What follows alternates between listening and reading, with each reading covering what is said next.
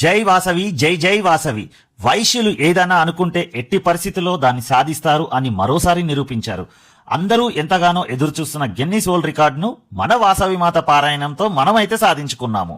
ఈ రోజు అనగా 22 మార్చి 2026 శ్రీ వాసవి మహాశక్తి మహోత్సవం అనే కార్యక్రమం చాలా పెద్ద ఎత్తున హైదరాబాద్ లో ఉన్న ఎల్బీ స్టేడియంలో నిర్వహించడం జరిగింది.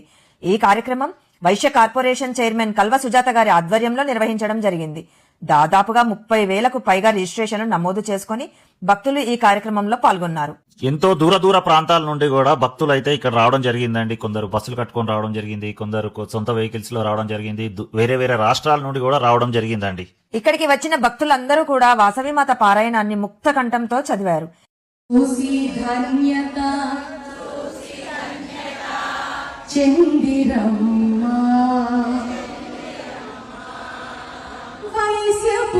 జనులు వచ్చిరి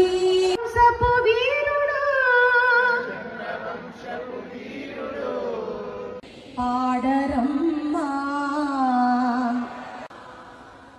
పాదముల పద్మమమ్మ. A new Guinness World Record.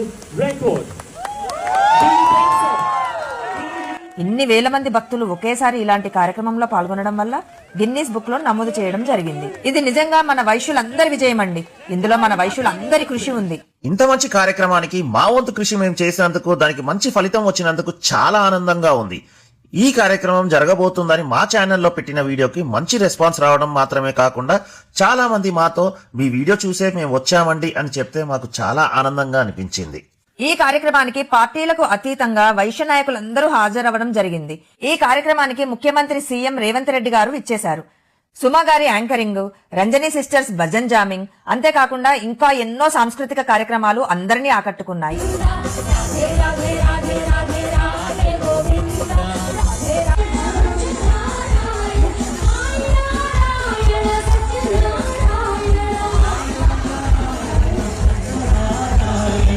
ఈ వాసవి పారాయణాన్ని సింగర్ కల్పన గారి చేత పాడించడం జరిగింది. తన పాటకు అనుగుణంగా భక్తులందరూ శృతి కలపడం జరిగింది. ఇంకా ఈ కార్యక్రమానికి 18 మంది పీఠాధిపతులు కూడా రావడం జరిగింది. మొత్తంగా చూసుకుంటే 30,000కు పైగా భక్తులు వచ్చి ఈ కార్యక్రమాన్ని దిగ్విజయం చేసి గిన్నీస్ రికార్డు సాధించడం జరిగింది. వైశ్యులందరి కోరిక మేరకు కల్వ సుజాత గారు సీఎం రేవంత్ రెడ్డి గారిని అమ్మవారి ఆత్మార్పణ దినోత్సవాన్ని మరియు అమ్మవారి జయంతిని అధికారిక పండగలో చేర్చాలని విన్నవించడం అయితే జరిగిందండి. త్వరలోనే మనందరి కోరికను నెరవేరుస్తామని సీఎం రేవంత్ రెడ్డి గారు సభాముఖంగా తెలపడం అయితే జరిగిందండి. ఎంతో భక్తి శ్రద్ధలతో భక్తులందరూ అమ్మవారి పారాయణాన్ని చదివి గిన్నిస్ బుక్ లో అయితే పేరు నమోదు చేయడం జరిగింది. జై వాసవి, జై జై వాసవి.